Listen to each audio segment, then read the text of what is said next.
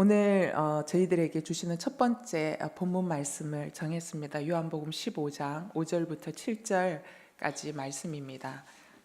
15장 5절부터 7절까지의 말씀, 짧은 말씀이고요. 오늘은 제가 좀 성경을, 요한복음을 중심으로 좀 성경을 좀 보려고 합니다. 그래서 자막을 준비를 안 했어요. 그래서 성경을 좀 보면서 하겠습니다. 요한복음 15장 5절부터 7절까지 여러분 다 펴셨죠? 다 같이 합독하시겠습니다. 시작. 포도나무여,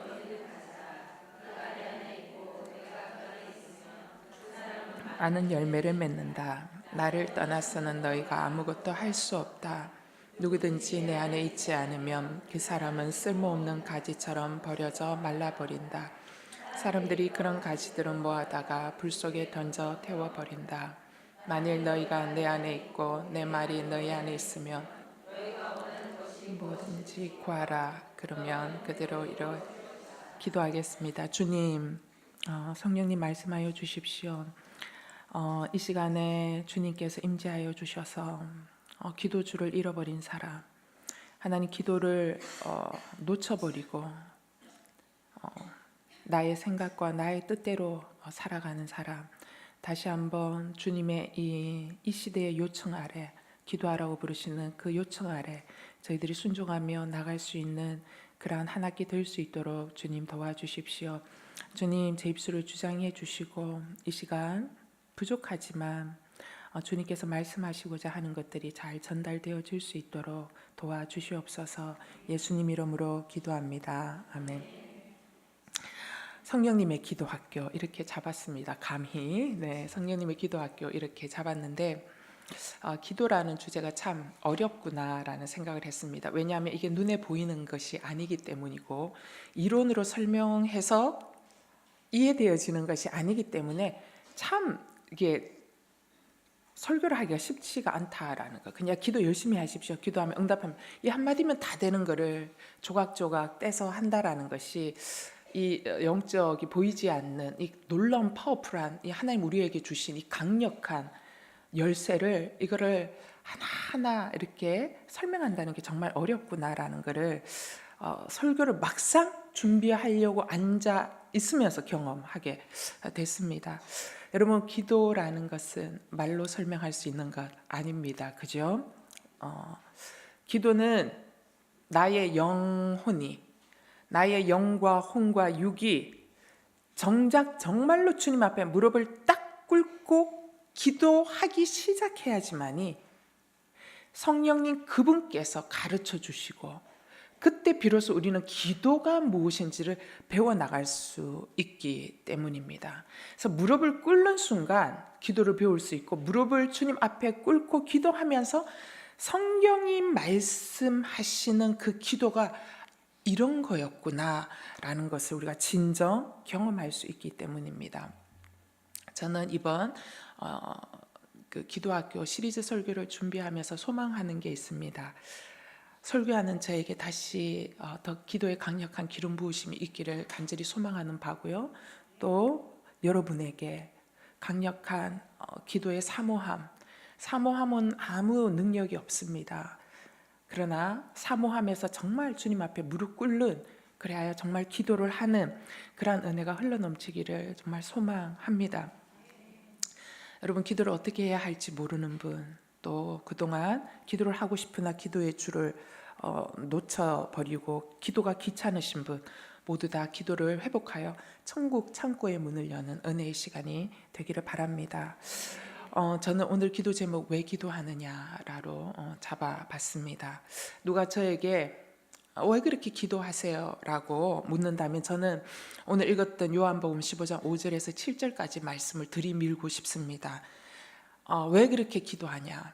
예전에 제가 기도를 처음 시작하고 기도를 배우고 사는 게 너무 힘들어서 정말 날마다 주님 앞에 아침 저녁으로 틈만 나면 정말 어떤 때는 시간이 있으면 종일 주님 앞에서 울면서 부르짖으면서 기도했던 때가 있습니다.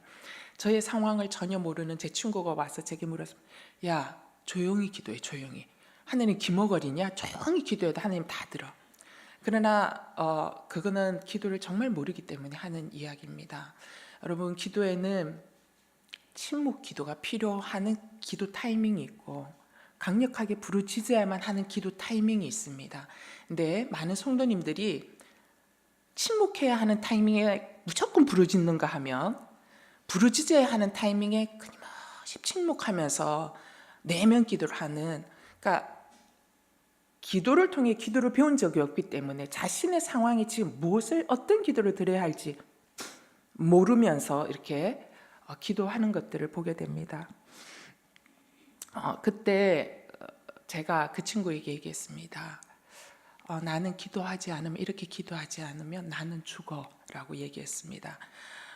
그때는 예수 믿은 지 불과 얼마 안 돼서 말씀을 잘 몰라서 그렇게 얘기했고요. 제가 지금 명확하게 얘기하는 거는 왜 기도합니까? 라고 이야기한다면, 제게 묻는다면 저는 대답할 수 있는 말은 제가요, 나무 가지일 뿐이기 때문에 기도합니다. 저는 나무가 아닙니다. 저는 가지일 뿐입니다. 가지이기 때문에 저는 기도합니다 라고 말씀드리고 싶습니다. 여러분, 구약부터 신약, 창세기부터 요한계시록까지를 쭉 읽어보십시오. 하나님의 역사, 구원의 역사, 성경 결국은 구원의 역사를 이야기하잖아요. 그 구원의 역사를 이루어 가실 때 하나님 주권적으로 이루어 가십니다. 그러나 하나님이 주권적으로 이루어 가시는 그 구원의 역사 아래에 뭐가 있는 줄 아십니까, 여러분? 간구하는 기도가 있었습니다.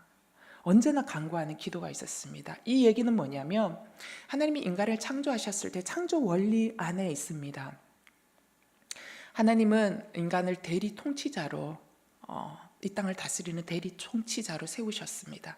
그래서 하나님이 주권적으로 일하시지만 반드시 어떻게 해요? 이 땅에서의 일들을 인간을 통하여 일하시기로 창조하실 때 결정하셨다는 것입니다. 어떤 인간이요? 하나님과의 깊은 연합 속에 있는 인간. 하나님과의 깊은 연합 속에 있는 사람은 어떤 사람이에요? 하나님과 기도로 교통하는 사람이죠. 그런 사람들을 통해서 하나님은 일하시고, 그리고 하나님의 구원 역사를 만들어 가실 때 항상 기도하는 사람들을 통하여 하나님이 주권적으로 그 역사들을 만들어 가셨던 것을 우리는 보게 됩니다. 그래서 성경은 계속 기도의 사건, 기도의 역사를 굉장히 중요하게 다루고 있습니다. 그리고 주님 역시도 기도에 대해서 굉장히 많이 말씀하고 계십니다. 여러분, 사복음서에 보면 기도하라라는 것이 주님과 관련되어서 얼마나 많이 자주 언급되어지고 있는지 모릅니다. 왜 성경 속에서 그렇게 기도의 중요성을 말씀하시고, 또 예수님 당신 스스로도 기도하라, 기도에 대해서 그렇게 중요성을 가지고 말씀하고 있는가? 동일합니다. 여러분, 우리는 스스로 결코 열매를 맺을 수 있는 그런 존재가 아니기 때문에 기도해야 한다라는 것입니다.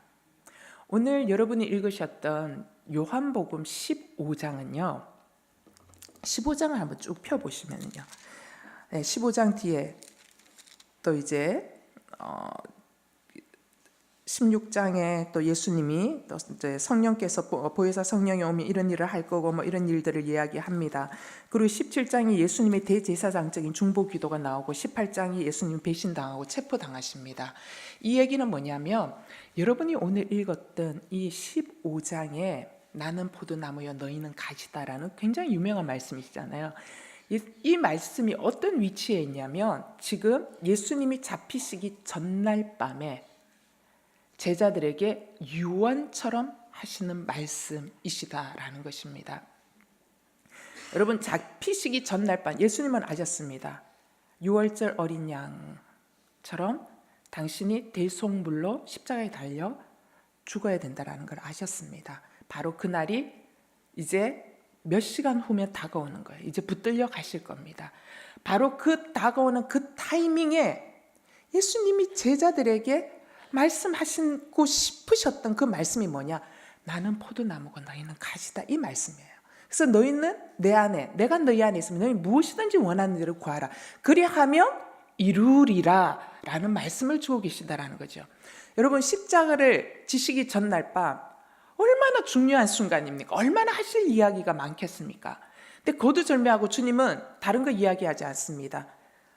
기도하라라는 겁니다. 그러면 성령을 보내주실 거다. 성령이 없으면 너희들로 하여금 내가 가르쳤던 모든 것들을 생각나게 할 것이다. 너희들을 인도할 것이다 라고 얘기하시고 대제사장적인 기도를 하시는 후에 붙들려 가시는 거거든요. 겟세마네 동산으로 가셔서 기도하시다가 붙들려 가시는 장면으로 이어집니다. 예수님은 아셨습니다. 이제 십자가를 지시기 전날 밤 예수님이 계시지 않는 상황이 몇 시간 뒤면 다가온다. 그러면 이 제자들 3년 동안 내가 함께 동고동락했던 이 제자들은 분명히 두려움에 떨 것이다 라는 거 예수님 너무 잘 알고 계셨습니다. 그리고 두려움에 떨 뿐만 아니라 이제 예수님 십자가에 달려 죽으시고 또 승천하시고 난 이후에 이들은 복음을 전해야 할 사명이 있는 제자들이거든요. 이들이 이후에 닥쳐올 엄청난 고난 그리고 제자들이 감당해야 할 이 사명의 막중함 이런 것들이 남겨져 있다는 것은 주님 아시고 계신 것이죠. 여러분 이것을 제자들이 감당할 수가 없습니다. 이 감당할 수가 없는데 주님은 이것 다가오는 환난 고난 그리고 감당해야 하는 사명들을 감당할 수 있기 위해서 반드시 너희들이 해야 하는 영적 원리가 있는데 그것이 뭐냐? 바로 오늘 말씀에 주고 계시는 이 말씀 기도라는 것입니다. 여러분 이 말씀은 15장에서만 이야기하지 않습니다. 잡히시기 전날 밤 동일한 말씀을 그 앞장 14장에서도 이야기하는데 한번 찾아볼까요? 요한복음 14장 13절부터 14절 읽어봅시다. 시작.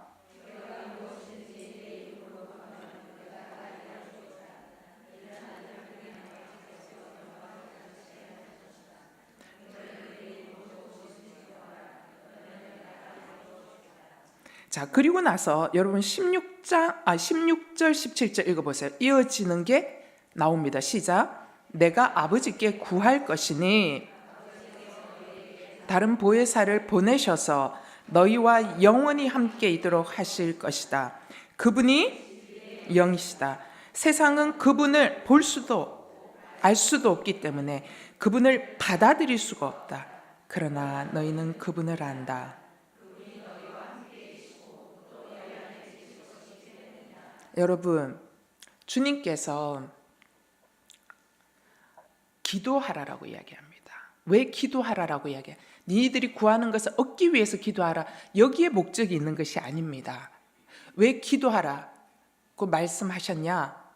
기도할 때 누구를 보내주실 것이라고요? 보혜사 성령님. 보혜사 성령님이 누구시죠? 예수님이시거든요. 예수님의 영을 보내주신다라는 거예요.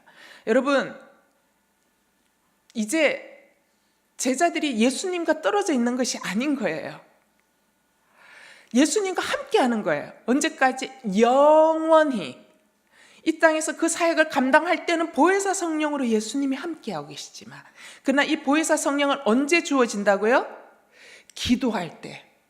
날마다 무시로 성령 안에서 깨어 기도할 때 주님께서 진리의 영을 내가 너희에게 보내줄 것이고 그 진리의 영이 오시면 어떻게 해요? 그분이 내 안에 너희가 내 안에 계시게 될 거다, 있게 될 거다라고 말씀하고 계시는 것입니다. 그 원리가 바로 기도라는 것입니다. 여러분, 기도할 때 보내주시는 성령을 예수님께서 약속하십니다. 여러분, 주님이 내 안에 내가 주님 안에 있는 게 뭘까 굉장히 모호하잖아요. 그죠? 그게 뭐냐? 또 다른 말로 표현하면 무시로 성령 안에 깨어 기도한다라는 것입니다. 기도할 때 주님이 왜 내 안에 계셔요? 기도하는 자에게 주님이 보혜사 성령을 보내주실 것이기 때문에 성령 그분은 예수님이시기 때문에 그래서 우리가 주님 안에 있는 거예요. 주님이 내 안에 있는 거예요. 그러면 어떻게 돼요? 나는 원래 용기가 없는 사람이에요. 나는 원래 굉장히 두려운 사람이에요. 분노가 많은 사람이에요. 그러나 기도를 통하여 주님이 내 안에 오시면 내가 어떻게 돼요? 예수님 닮은 사람이 된다라는 것이죠. 바로 이게 예수님이 지금 잡히시기 전날 밤 제자들에게 꼭 해주시고 싶으셨던 말씀이라는 것입니다. 나는 이제 십자가에 달려 죽을 것이다. 하지만 내가 사라지는 것 아니다. 보혜사 성령으로 내가 너희 안에, 너희가 내 안에 있게 될 것이다. 그리고 그것은 바로 기도를 통해서 이루어지는 것이다. 여러분, 기도를 통하여 제자들이 주님 안에 들어가게 되고 주님이 제자들 안에 온전히 거하게 될 때 그 연합 속에서 기도할 때 구하는 것은 뭐예요? 제자들이 자기 욕심을 구하게 되는 것이 아니라 누구의 마음을 따라 구하게 되어 내 안에 계신 성령님이 주시는 기도를 따라 기도하기 때문에 어떻게 돼요?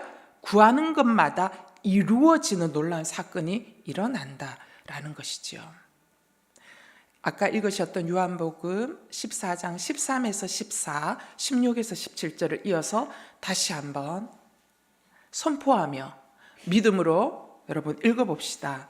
시작. 너희가 무엇이든지 내 이름으로 구하면 내가 다 이루어 주겠다. 이는 아들을 통해 아버지께서 영광을 받으시게 하려는 것이다. 너희는 내 이름으로 무엇이든지 구하라. 그러면 내가 다 이루어 주겠다. 내가 아버지께 구할 것이니 아버지께서 너희에게 다른 보혜사를 보내셔서 너희와 영원히 함께 있도록 하실 것이다. 그분은 진리의 영이시다. 세상은 그분을 볼 수도 없고 알 수도 없기 때문에 그분을 받아들일 수 없다. 그러나 너희는 그분을 안다. 그분이 너희와 함께 계시고 또 너희 안에 계실 것이기 때문이다. 아멘. 재밌죠? 그리고 나서 15장에 참포도나무 비유 나오고 난 이후에 주님이 또 뭐라고 하시냐면요, 바로 동일하게 그 말씀을 가르치고 난 이어서 16장에 무엇에 대해서 말씀하고 계세요? 성령에 대해서 말씀하고 계신다는 것입니다. 16장 7절 읽어볼까요? 시작. 그러나 내가 진실로 진실로 너희에게 말한다. 내가 떠나가는 것이 너희에게 유익하다. 내가 떠나가지 않으면 보혜사가 너희에게 오시지 않을 것이다.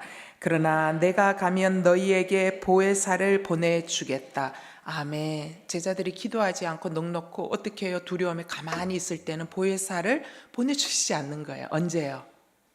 기도할 때 성령 보혜사를 보내주시겠다라는 것입니다. 그래서 예수님이 부활 승천하실 때 제자들이 어떻게 해요? 전심으로 모여서 기도할 때 그 약속대로 보혜사 성령께서 임한 것이 사도행전 2장의 성령 강림 사건이라는 것이죠. 여러분, 잡히시기 전날 제자들에게 할 얘기가 굉장히 많으셨을 텐데도 무엇이든지 구하라 그대로 이루어질 것이다라는 기도의 당부를 왜 하셨는가? 기도만이 앞으로 닥쳐올 환난, 시험에 제자들이 낙심하지 않고 끝까지 승리할 수 있는 유일한 능력임을 주님이 잘 아셨기 때문입니다. 여러분, 주님은요, 기도가 하늘의 능력을 여는 열쇠라는 거 너무 잘 아셨어요. 왜 아셨을까요?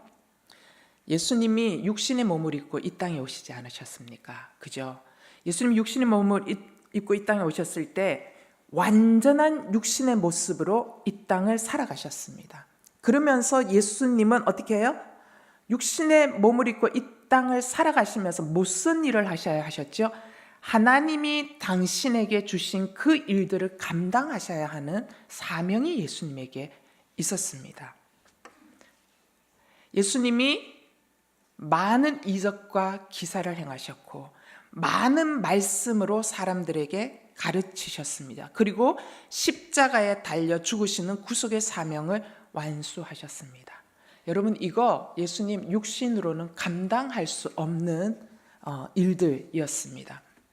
그렇기 때문에 신약 성경의 사복음서에서는요, 공생의 모습 속에 무엇을 계속 조명하고 있냐면 예수님이 이 모든 일들을 감당할 수 있는 늘 항상 계속적으로 기도하시는 예수님의 모습을 노출시켜 보여주고 계신다는 것입니다.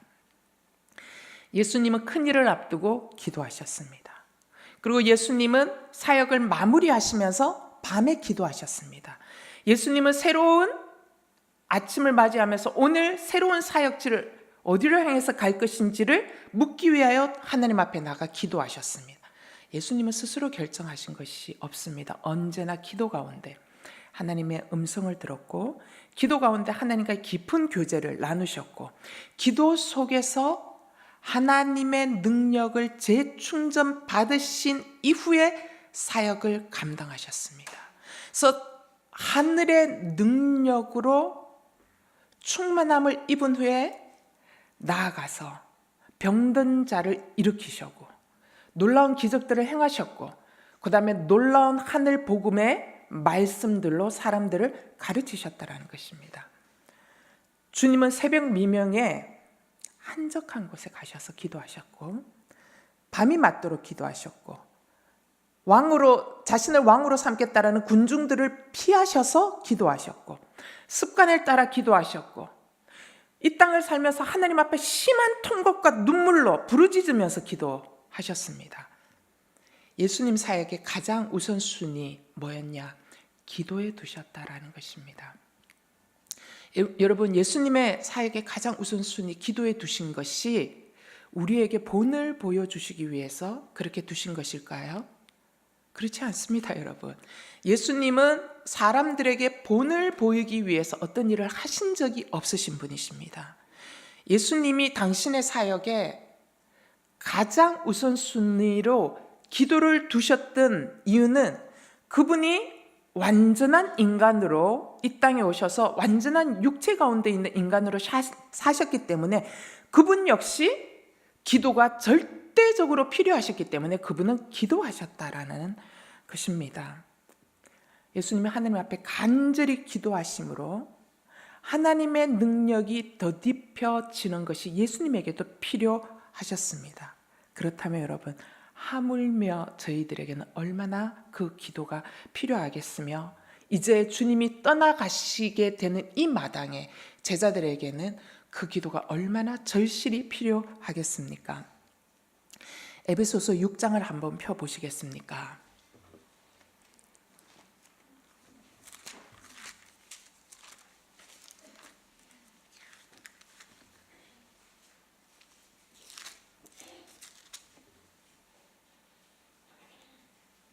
에베소서 6장 11절에서 12절 한번 읽어봅시다.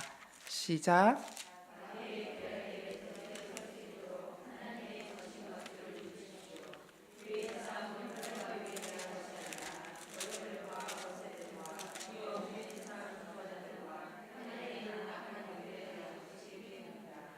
13절 시작. 그러므로 하나님의 전신갑주를 입으십시오. 이는 여러분이 악한 날에 능히 대적하고 모든 것을 행한 후에 굳건히 서기 위한 것입니다. 자, 그러면서 나오는 거 있죠? 뭐가 나와요? 진리로 허리띠, 의의 가슴바지, 그 다음에 평화의 복음의 신, 그 다음에 믿음의 방패, 그리고 구원의 투구, 성령의 검, 이런 걸로 무장하라고 되어 있잖아요. 우리는 여기까지 읽습니다. 여러분, 이거 진리의 허리띠, 의의 가슴바지, 평화의 복음의 신, 믿음의 방패, 구원의 투구, 성령의 검, 이거 꼭 필요하죠. 영적 싸움에 있어서 우리가 반드시 전신무장해야 하는 꼭 필요한 것들입니다. 그런데 이것으로 끝나면 안 된다. 더 중요한 말씀이 이어지는데, 이것이 에베소서 6장의 영적 전쟁에 굉장히 중요한 걸 우리 뒷부분을 놓치고 있는 거예요. 뭐예요? 자, 18절 시작. 모든 기도와 간구로 항상 성령 안에서 기도하고 이를 위해서 늘 깨어서 모든 일에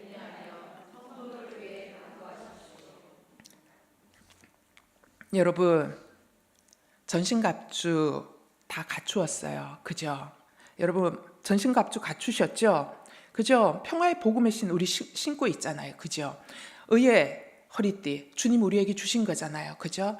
그리고 예수 그리스도로 말미암아 의롭게 된다라는 우리 믿음의 방패도 갖고 있잖아요. 우리 말씀의 검도 갖고 있잖아요. 구원받은 확신, 이 투구도 갖고 있잖아요. 주님이 우리에게 이미 다 주신 거예요. 갖고 있는 거예요. 근데 이것들을 다 갖춘 후에 이것을 제대로 사용할 수 있도록 하는 매우 중요한 것이 나오는데 뭐예요? 기도라는 것입니다. 왜 이것이 그렇게 중요하냐? 기도는 어떤 특징이 있대요? 늘 깨어있게 하는 특징이 있기 때문입니다. 기도는 깨어있게 만듭니다. 기도는 영적으로 살아있게 만들고 영적으로 깨어있게 만듭니다. 그래서 적들의 공격을 언제든지 무찌를 수 있고 심지어는 적진을 향하여 선제 공격을 하며 들어갈 수 있는 것입니다. 여러분, 이게 기도입니다. 여러분, 무릎 기도 학교 왜 매년 하는 줄 알아요? 보이지 않는 세계에 이 놀라운 영적 원리가 있기 때문입니다. 여러분, 우리가 여기에서 아프리카를 위해서 기도하잖아요. 아프리카의 정치, 경제, 그 길을 사로잡고 있는 어둠의 세계가 있거든요. 여러분, 그죠? 사회에 잘못된 체계들이 있는 거죠. 우리가 그것들을 향해서 예수 그리스도의 이름으로 공격하는 거예요. 그래서 그 땅에 모든 들어온 음란의 죄, 그죠? 모든 사람들을 억압하는 것들, 이렇게 하도록 정치인들의 마음을 움직이고 있는 이 악한 영들이 있는 거예요. 그래서 그것들을 묶는 기도를 하는 거예요. 우리 눈에 보이지 않지만 뭐예요? 그것이 우리가 이 땅에 있지만 아프리카 지역에서 우리가 공격하여 들어가는 것이 바로 기도라는 것입니다. 여러분, 기도가 없으면 전신갑주 다 입어놓고 뭐하고 있는 건 줄 알아요? 쿨쿨 자고 있는 거예요. 여러분, 기도하지 않고 잠들어 있는 사람에게 전신갑주가 무슨 소용이 있습니까? 전신갑주가 능력을 발휘할 수가 없는 거예요. 그러니까 주님이 우리 보시면 너무 답답한 거예요. 이미 우리에게 다 주셨어요. 그리고 놀라운 영적 원리 다 주셨어요. 그리고 우리가 이 땅 가운데서 정말 승리하고 기쁨 가운데서 살아갈 수 있는 모든 것들을 우리에게 다 주셨어요. 그럼에도 우리가 사용하지 않는다는 것이죠. 여러분, 오늘날 크리스찬들이 굉장히 영적으로 나약한 상태에 있습니다. 왜 그럴까요? 주님 없이도 할 수 있는 게 너무 많아요. 우리는 이미 배부릅니다. 그죠? 우리가 아주 옛날 보릿고기 시절은 아니지 않습니까? 그죠? 배울 만큼 배웠습니다. 우리가 주님 없이 내가 노력하면 되는 것들이 너무 많고요. 시스템 안에 내가 아무것도 하지 않아도 시스템이 돌아가도록, 기도하지 않아도 시스템이 돌아가는 것들이 이미 되어 있기 때문에 기도하지 않는 거예요. 여러분, 많은 성도들이 충만한 기쁨 속의 신앙생활 하기를 원하지만 그렇지 못하는 현실들이 굉장히 많습니다. 힘이 없습니다. 그래서 작은 시련이 와도 어떻게 돼요? 픽픽 쓰러지는 거예요. 조그만 어려움이 와도 그냥 푹푹 쓰러지는 거예요. 왜 그래요? 여러분, 기도가 없기 때문입니다. 영이 잠자고 있기 때문이에요.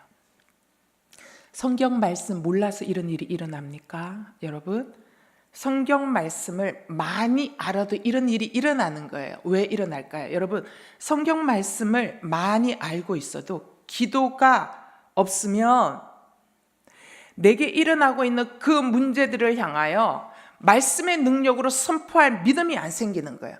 문제가 일어나면 그 문제 속에 어떻게 되냐면 내 감정이 몰입되어져서 감정 따라 살아가게 된다라는 것입니다. 여러분, 혹시나 믿음으로 말씀을 선포해 봐도요, 그냥 몇 번 하다가 상황이 안 바뀌면 그냥 포기해 버리는 것이죠. 여러분, 기도는 불꽃입니다.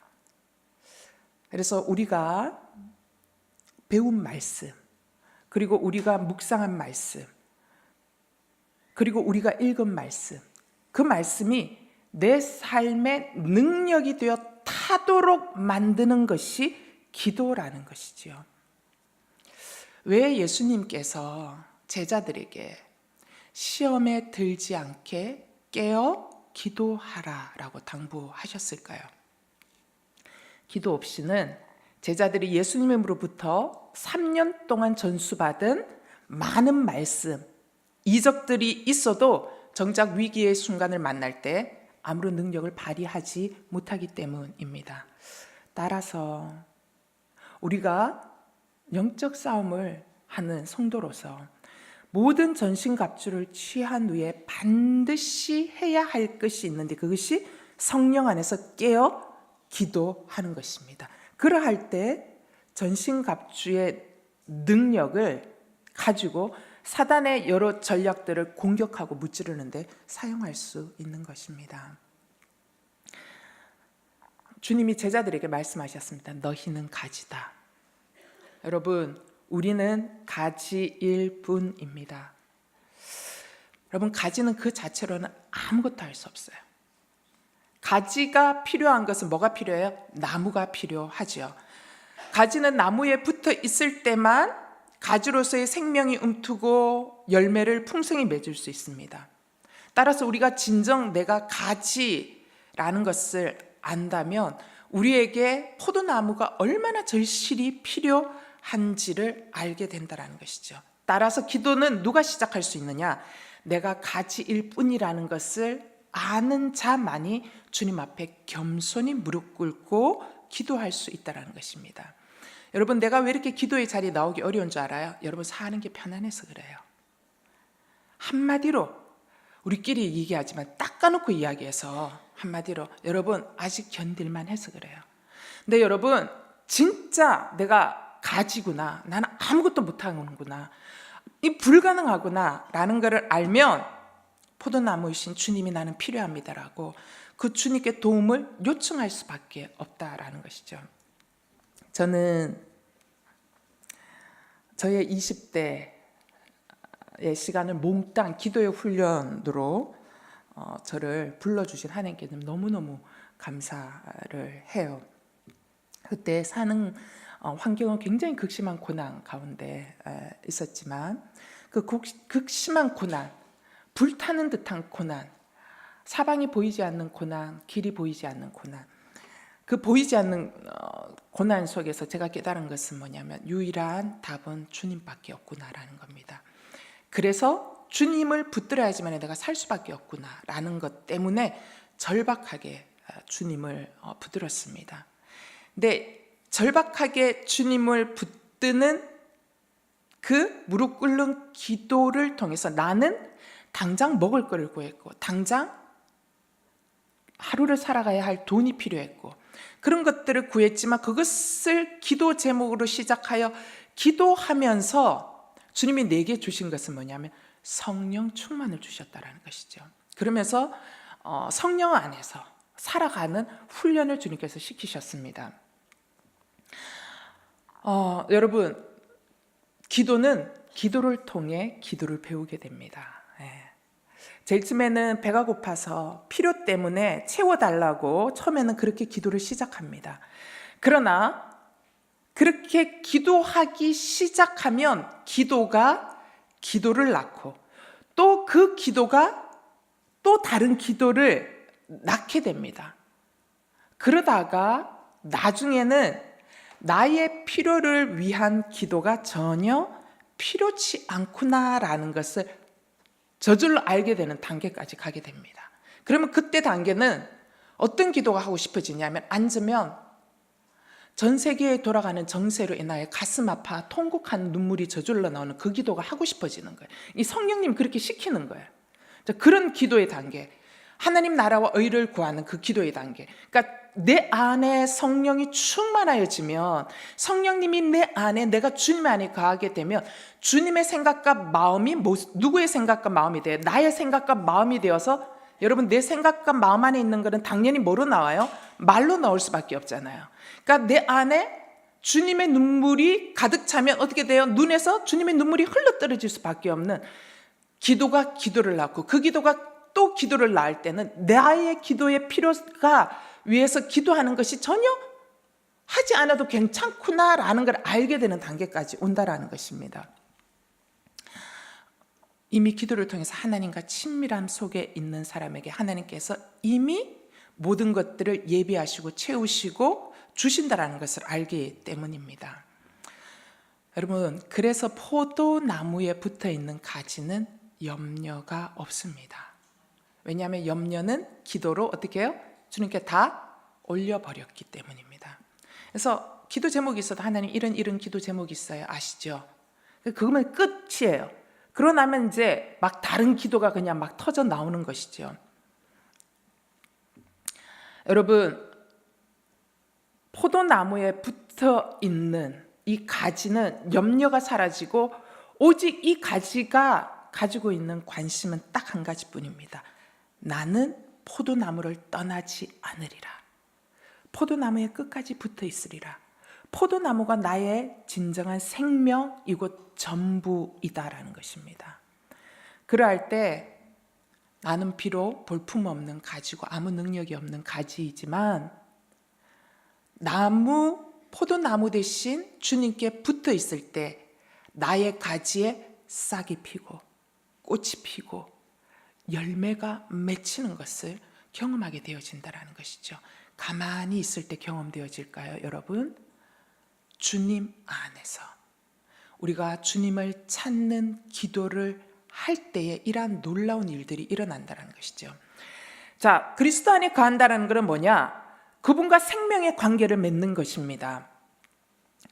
자, 따라서 그리스도 안에 거한다는 것은 24시간 동안 주님을 바라본다는 것입니다. 24시간 동안 주님을 바라본다는 것은 뭐예요? 그냥 이렇게 바라보는 게 아니라 그건 뭐예요? 끊임없이 내 안에 영으로 기도하고 있다는 것을 말합니다. 따라서 그리스도 안에 거한다는 것은 기도하기를 멈추지 않는 상태를 이야기하고 있습니다.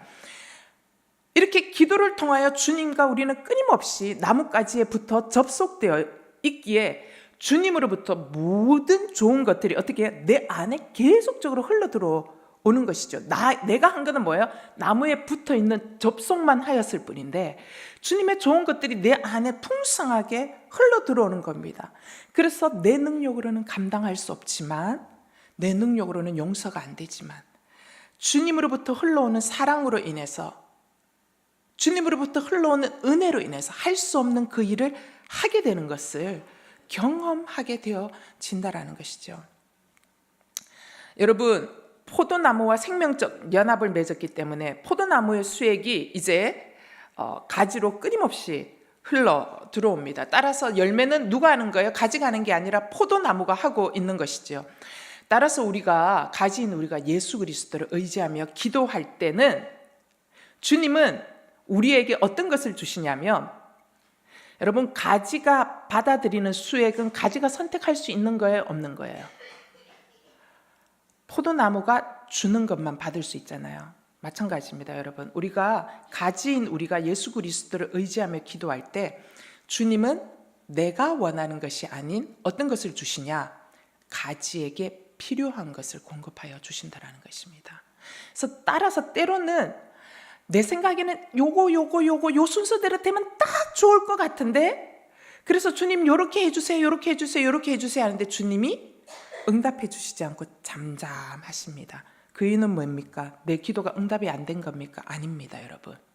그 기도조차도 응답되어진 거예요. 왜? 거절된 응답도 나에게는 가장 좋은 응답이기 때문입니다. 왜냐하면 주님은 나에게 필요한 것을 응답해 주시는 분이시기 때문이시죠. 그래서 주님께 접속되어 기도를 하면 할수록 주님과 더 깊은 연합 속으로 들어가게 되고, 주님으로부터 주어지는 진액, 영양분을 공급받게 되면 가지가 점점 건강하여집니다. 가지가 점점 건강하여지면 어떻게 돼요? 그 전에 가지에게 있던 곰팡이균도 가지가 어떻게 해요? 이길 힘이 생기는 것이죠. 병도 이길 힘이 생기는 것입니다. 따라서 기도할 때 포도나무이신 주님으로부터 진액이 흘러들어와 가지인 내가 건강하여지면 비로소 우리는 뭘 보게 되냐면, 그 이전에 내게 있었던 내가 왜 이렇게 힘들고 어렵고 나약하고 조금만 와도 픽픽 쓰러지지 하는 게 뭐 때문이지? 이전에는 환경 때문인가라는 것을 생각했는데 알고 보니 뭐예요? 가지에 붙어있던 곰팡이와 같은 죄 때문에 내가 그렇구나라는 나의 죄를 보게 되어진다는 것이죠. 나의 욕심을 보게 되어진다는 것입니다. 따라서 주님께부터 정직하게 기도하는 자에게 일어나는 자연스러운 영적 결과, 정결해지는 영적 결과를 우리가 맛보게 되어진다는 것입니다. 주님이 나를 깨끗게 하시는 거예요. 수액을 보내어 주심으로 점점 내 안에 주님이 충만하여 짐으로써 어떻게 돼요? 내가 점점 더 깨끗한 그릇으로 만들어져 간다라는 것이죠. 내가 깨끗해지면 깨끗해질수록 어떻게 돼요? 내가 주님의 음성을 더 잘 듣게 될 뿐만 아니라 주님의 음성에 훨씬 더 순종하기가 쉬워진다라는 것입니다. 이게 기도의 비밀이고 기도의 능력입니다. 말씀을 마무리하겠습니다. 십자가에 달리시기 전날 제자들에게 예수님께서 흔들리지 않는 영적 원리를 말씀해 주셨습니다. 근데 제자들은 알아듣지 못했습니다.